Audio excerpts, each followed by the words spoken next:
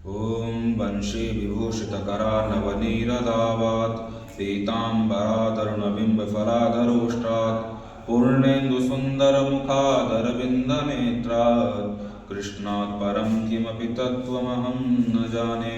नारायणं नमस्कृत्य नरं चैव नरोत्तमं देवीं सरस्वतीं व्यासं ततो जयमुदीरयेत्। मूकं करोति वाचालं पङ्गुं लङ्घयते गिरिं यत्कृपातमहं वन्दे परमानन्दमाधवम्।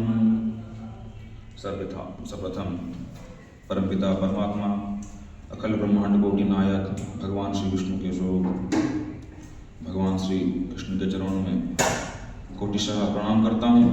तदुपरांत विगत 7-8 वर्षों से इनके साथ छत्र छाया में सानिध्य में रहकर अध्ययनरत हूँ। ऐसे नित्य वंदनीय प्रातः स्मरणीय परम पूजनीय महाराज श्री के चरणों में कोटिशः नमन करता हूँ। तदुपरांत नित्य चल रहा इस सत्संग सत्र में उपस्थित नित्य हमें शास्त्रों के विषय में नित्य जितने छोटी आकार के समझाने वाले ऐसे परम पूजनीय गुरुजनों के चरणों में कोटिशः नमन करता हूँ। तदुपरांत यहाँ व्यास सभागार में उपस्थित सभी भाइयों का स्वागत अभिनंदन करता हूँ। आइए सत्संग में प्रवेश करने से पहले भगवान का नाम लेते हैं।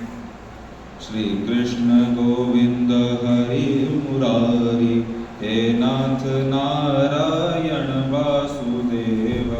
श्री कृष्ण गोविंद हरे मुरारी हे नाथ नारायण वासुदेव।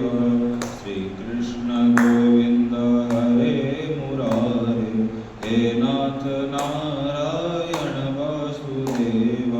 श्री कृष्ण गोविंद हरे मुरारी हे नाथ नारायण वासुदेव। हे नाथ नारायण वासुदेव। हे नाथ नारायण वासुदेव। हे नाथ नारायण वासुदेव। हे नाथ नारायण वासुदेव। श्री कृष्ण गोविंद हरे मुरारे हे नाथ नारायण वासुदेव। श्री कृष्ण गोविंद हरे मुरारे हे नाथ नारायण वासुदेव। हे नाथ नारायण वासुदेव। बोलिए बांके बिहारी लाल की। तो पिछले सत्र में मैं आपको बता रहा था जो स्थित प्रज्ञ वाला पुरुष होता है, जो स्थित प्रज्ञ की ओर बढ़ना चाहता है, प्राप्त करना चाहता है, उसे किस तरह अपने को संयमित रखते हुए स्टेप बाय स्टेप बढ़ना चाहिए। मैंने आपको पिछले सत्र में कछुए का उदाहरण दिया था। जिस प्रकार कछुआ होता है, उसे अगर कहीं भी ऐसा आभास होता है कि उस पर कोई खतरा आने वाला है, कुछ होने वाला होता है, तो वह अपने अंगों को सिकुड़ लेता है। इसी प्रकार हम अगर उस परमपिता परमात्मा को प्राप्त करना चाहते हैं, संसार के विषयों को हम छोड़कर कुछ विषयों से रहित होकर अभ्यास कर रहे होते हैं उस परमात्मा को प्राप्ति के लिए, अगर उसी बीच में फिर से वह विषय अपनी ओर आकृष्ट करने की प्रयास करती है, तो हमें पुनः अभ्यास में लग जाना चाहिए, उसे अपनी इंद्रियों को उससे मोड़ देना चाहिए। जब स्थिर बुद्धि वाला पुरुष विषयों से अंतर्मुखी कर लेता है, अपनी इंद्रियों को अपने बस में कर लेता है, तो वह इंद्रियों का ध्यान ध्येय में उसका लगा लेता है। फिर वह पुरुष किसी भी तरह के जो इंद्रियों के विषय भोग हैं, संसार के विषय हैं, उससे उसको लालसा नहीं रह जाती। जिस प्रकार देखें तो हम लोग व्रत तो रखते हैं भगवान को प्राप्त करने के लिए कि हम परमात्मा की उपासना कर रहे हैं, लेकिन व्रत रखते समय भी हमारे मन में ये होता है कि हम दोपहर में क्या व्रत का कुछ बनेगा नहीं बनेगा, व्रत का कुछ खाने को मिलेगा नहीं मिलेगा। अगर इसका भाव मन में रखते हैं तो फिर हम जो उपासना कर रहे हैं वो व्यर्थ ही है। क्योंकि हम जिस परमात्मा को प्राप्त करना चाहते हैं, लेकिन जो मुख्य विषय है वो उससे हम अपना विमुख नहीं हो पा रहे हैं, उससे वो अपने को की ओर से अपने को रोक नहीं पा रहे हैं, तो फिर क्या जो हम कर रहे हैं वो व्यर्थ ही है। तो अगर जो स्थित प्रज्ञ वाला पुरुष होता है, उसका जो इंद्रियां हैं वो संसार के विषयों से हट जाता है, वह अंतर्मुखी हो जाता है।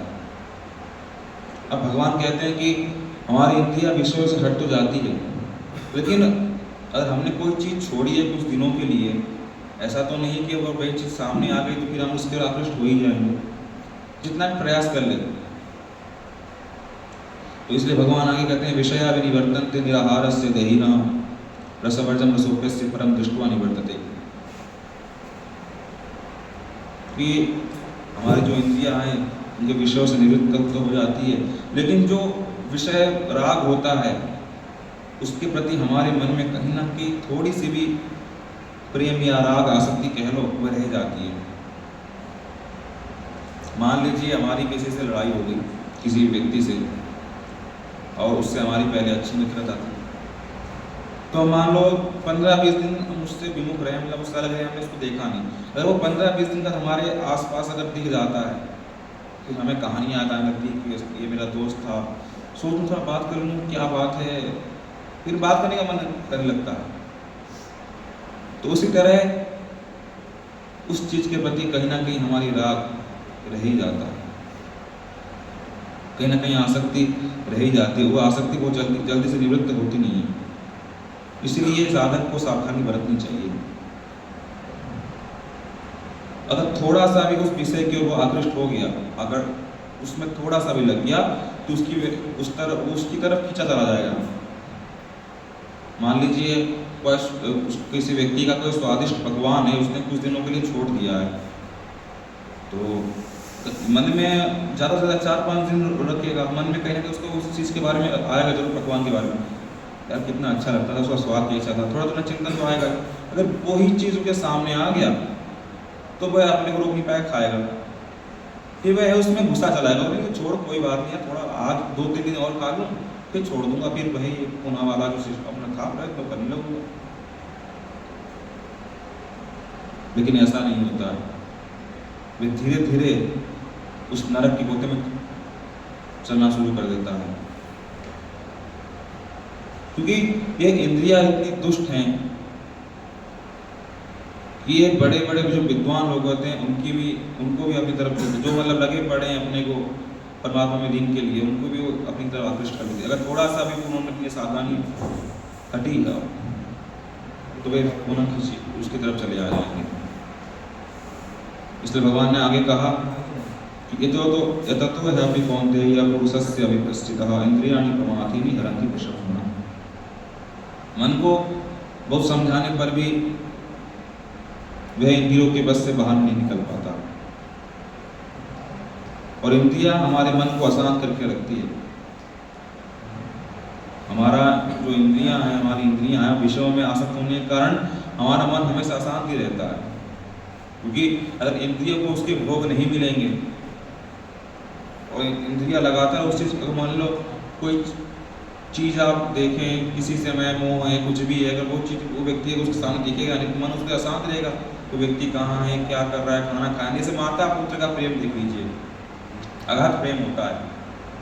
अगर पुत्र माता से दूर चला जाता है, मान लीजिए 2 महीने के बाहर जॉब कर रह रहा है, तो माता उसको दिन भर में कम से कम 5-6 बार तो कॉल करके पूछती होगी। सुबह कॉल करेगी कि बेटा तुमने खाना खाया नहीं खाया, दोपहर में खाना खाया नहीं खाया। ये जो बार बार फ़ोन क्यों कर रही है, क्योंकि उसके माता के मन में ये आ रहा है कि बेटा ने खाना नहीं खाया होगा, कोई उसके पास है नहीं, कौन मना के देगा उसको, वो लेट उठता है, उसके गुण ऐसे हैं, वो सब जानती है।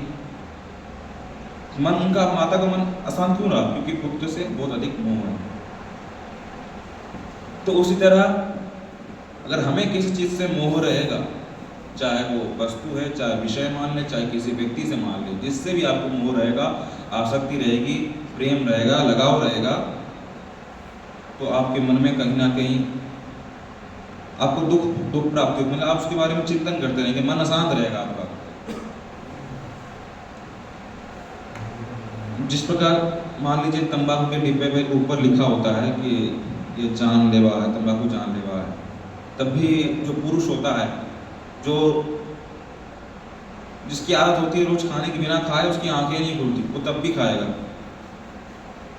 क्योंकि उसने ये सोच लिया है कि इसको बिना खाए मैं कुछ कार्य कर ही नहीं सकता। तो बस इसलिए अपने इंद्रियों को, अगर इंद्रियां हम अपने तपस्या में लीन है, हमारी इंद्रियां अगर भटक रही है उस पथ से, तो अभ्यास बहुत जरूरी है। बार बार अपने इंद्रियों को अगर वो जा रही है विषय की ओर, तो उससे हटाकर पुनः अपने भगवान की प्राप्ति है तो उसमें तप करने लग जाना, उसमें प्रयास करना। और भगवान ने बताया कि किस तरह ये इंद्रियां इतनी शक्तिशाली होती है कि विद्वान लोगों को भी नहीं छोड़ती है। और फिर भगवान आगे कहते हैं, तानि सर्वाणि संयम युक्त आसित मत्पर वशे यस्य इंद्रियाणि तस्य कृते प्रतिष्ठिता। भगवान कहते हैं कि जो पुरुष अपनी इंद्रियों को उनके विषयों से रोक कर, यानी अपनी इंद्रियों को बस में करके मुझको ध्यान करता है, मेरे परायण होकर नित्य ध्यान लगाता है, बैठता है, पाठ करता है, और विचार क्या रखता है कि अहम वासुदेवः सर्व प्रत्यगात्मा परो यस्य स मत्परो न अन्यः अहम तस्मात् इति आसीत्। भगवान कहते हैं कि सबका जो आत्मा रूप है, मैं वासुदेव ही हूँ, मैं सबसे पर हूँ, मत पर हूँ, अर्थात मैं उस परमात्मा से भिन्न नहीं हूँ। इसी प्रकार मुझको अपने से भिन्न न मानकर मेरे परायण होकर बैठना चाहिए। यानी भगवान का कहने का तात्पर्य ये है कि हमारे यहाँ पे जितने भी भूत प्राणी हैं, यानी व्यक्ति है, उनकी जो आत्मा, उन सब के में परमात्मा बैठा हुआ है, भगवान स्वयं बैठे हैं, वासुदेव बैठे हैं। यह ध्येय रखते हुए, मन में इस बात को रखते हुए भगवान का ध्यान करना चाहिए। किसी व्यक्ति से ईर्ष्या, द्वेष, ऐसी कामना ना रखें, क्योंकि जब साधक मान ही लेगा कि सब में मैं जिस परमात्मा का ध्यान कर रहा हूँ, उनके उसमें लीन हूँ, अगर वो सबके जो इस इन प्राणियों में अगर वो मान लेगा कि प्राणी में जो आत्मा है वो स्वयं भगवान वासुदेव ही हैं, जो मेरे में है भगवान वासुदेव ही, अगर ऐसे ध्यान में रखते हुए अगर वो मुझको भजता है, फिर तो वो किसी से ईर्ष्या, द्वेष, राग तो रहेगा ही नहीं उसका। और अगर मान लीजिए साधक ने अपनी इंद्रियों को बस में कर लिया और उसने अगर ये अभिमान भी रख लिया ना कि ये मैंने किया है, तो फिर विमुख हो जाएगा उससे, उन्हें पथ से भटक जाएगा। क्योंकि अगर वो अपने इंद्रियों को संयमित कर पा रहा है तो उसको ये ध्यान में रखना चाहिए कि उस परमपिता परमात्मा के मुख्य कारण वही हैं जिनके कृपा से मैंने अपने इंद्रियों के विषयों से संयमित कर पाया, रोक पाया।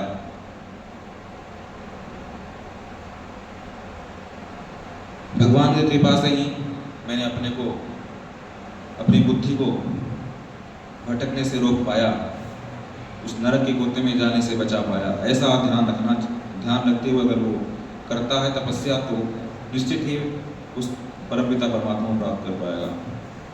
अब भगवान आगे कहते हैं कि मेरे परायण होकर ध्यान करने से तो इंद्रिया बस में तो हो ही जाएगी, आसक्ति भी निवृत्त हो जाएगी। लेकिन अगर जो पुरुष भगवान को ना ध्यान करते हुए, पारायण करते हुए अपने को अभिमान करके बैठता है कि मेरे द्वारा हुआ, तो मानता है कि भगवान के कुछ मानता ही नहीं है, अपना बल का ही मान करता है, तो भगवान उसके लिए कहते हैं ध्येतो विषयान पुंसा संगस्ते सुपजायते संगात संजायते काम काम क्रोध विजायते। अब निश्चित भगवान ने बात कह दी कि जो पुरुष विषयों से अपने इंद्रियों को हटा ही नहीं पा रहा है, लगा हुआ है बारंबार अपने इंद्रियों के विषयों को पूर्ति है, तो विषयों की चिंतन कर रहा है, उसकी आलोचना कर रहा है, तो उस चीज में उसकी आसक्ति बनी रहेगी। और जब आसक्ति बनी रहेगी फिर आसक्ति से कामना, तृष्णा उत्पन्न होगी। अब मान लीजिए किसी को रोज चॉकलेट खाने की आदत है, उसकी तो उसमें आसक्ति हो ही चुकी है, कामना है। अगर जिस दिन उसको मिलेगी नहीं है, मान लीजिए सुबह रोज टाइम पे खाता है वो, अगर उस टाइम उस चॉकलेट नहीं दी गई तो उसके मन में ये बात तो आएगी, मतलब वो सोचेगा कि नहीं कोई बात नहीं, 2-4 घंटे बाद मुझे मिल जाएगा। अगर वो उस दिन उसको वो चीज़ नहीं मिली तो उसे गुस्सा आएगा, घर वालों ने चॉकलेट नहीं दिया। फिर कामना से जब तृष्णाएं उत्पन्न होती है, फिर कामना तो उसे तो कामना थी, अगर उसमें कोई बाधा आ जाती है, फिर उसमें क्रोध ही आता है, उसको नहीं मिलेगा तो क्रोध ही आएगा। फिर आगे फिर जब क्रोधात में भगवान ने कहा क्रोधात भवति सम्मोह स्मृति विभ्रमा स्मृति वंशा बुद्धिनाशो बुद्धिनाशत भविष्यति। जब क्रोध आता है तो व्यक्ति मूड हो जाता है, क्या सही क्या गलत, कर्तव्य अकर्तव्य को समझ नहीं पाता। सामने कौन खड़ा है, भाई खड़ा है, पिता खड़ा है, पिता खड़े हैं, माता जी हैं, वो विचार ही नहीं कर पाता, कुछ भी बोल देता है। नहीं आपने चॉकलेट नहीं दिया, मैं आपका कुछ काम नहीं करूंगा, वो नहीं दूंगा, ये करूंगा। तो जब बुद्धि का नाश, अब उसकी बुद्धि तो नाश हो ही गई, वो क्या बोल रहा है कुछ पता नहीं। अब उसके वाणी में जो क्रोध से जो भी चीज़ें आ रही हैं तो उसके तो व्यवहार खराब होगा। उसने मान लो किसी भाई से दोस्ती से लड़ाई कर ली, तो भाई भी नहीं बोलेगा, आजकल तो भाई भी बहुत ऐसे होते हैं। तो इसलिए अपने जो इंद्रियों के विषय हैं उसको उससे दूर रखते हुए, भगवान को ध्यान करते हुए उनकी उपासना करें। अगर व्रत, मैं आपको पहले ही कहा ना, कुछ लोग होते हैं कि आज मेरा व्रत एकादशी का, पूछो तो हाँ एकादशी का व्रत है। हाँ भैया आपने सुबह से क्या किया? हाँ थोड़ा जाके जल वगैरह चढ़ा दिया था, विष्णु भगवान की उपासना कर ली। चलो देखते हैं दोपहर में कुछ खाने को बनेगा, कद्दू की पूड़ी वगैरह जो भी होता है व्रत का वो खा लेंगे। क्योंकि व्रत करने का कोई मतलब ही नहीं रहा ना, कि उसके मन में वो चीज़ बनी रहती है कि दोपहर में क्या बनेगा। इसीलिए अगर व्रत भी करते हो, भगवान की उपासना करते हो, तो मन में कहीं कुछ कामनाएं ना रह जाए। और कामनाएं रहेंगी तो आप उस परमपिता परमात्मा को नहीं प्राप्त कर पाएंगे। इसलिए अगले सत्र में आगे की चर्चा भगवान बताया द्वारा करेंगे। जिनके माध्यम से हमने शुरू किया था उनको धन्यवाद देते हुए सत्र का विराम करेंगे। लागे तुम संग यारी मेरे बांके बिहारी, लागे तुम संग यारी मेरे बांके बिहारी, बांके बिहारी मेरे कुंज बिहारी, बांके बिहारी मेरे कुंज बिहारी, लागे तुम संग यारी मेरे बांके बिहारी, लागे तुम संग यारी मेरे बांके बिहारी। कटी में पीताम्बर गले में माला, कटी में पीताम्बर गले में माला, मुकुट धारण किए गोपाला, मुकुट धारण किए गोपाला, घुंघराली लटकारी कारी मेरे बांके बिहारी, लागे तुम संग यारी मेरे बांके बिहारी, लागे तुम संग यारी मेरे बांके बिहारी। सांवरी सूरत के दर्शन तुम्हारे, सांवरी सूरत के दर्शन तुम्हारे, मुरली मनोहर जब से निहारे, मुरली मनोहर जब से निहारे, बन बैठे तेरे पुजारी मेरे बांके बिहारी, लागे तुम संग यारी मेरे बांके बिहारी। निधिवन में नित रास रचावे, निधिवन में नित रास रचावे, सब सखियां मिल गीत सुनावे, सब सखियां मिल गीत सुनावे, नाचे हैं बारी बारी बारी मेरे बांके बिहारी, नाचे हैं बारी बारी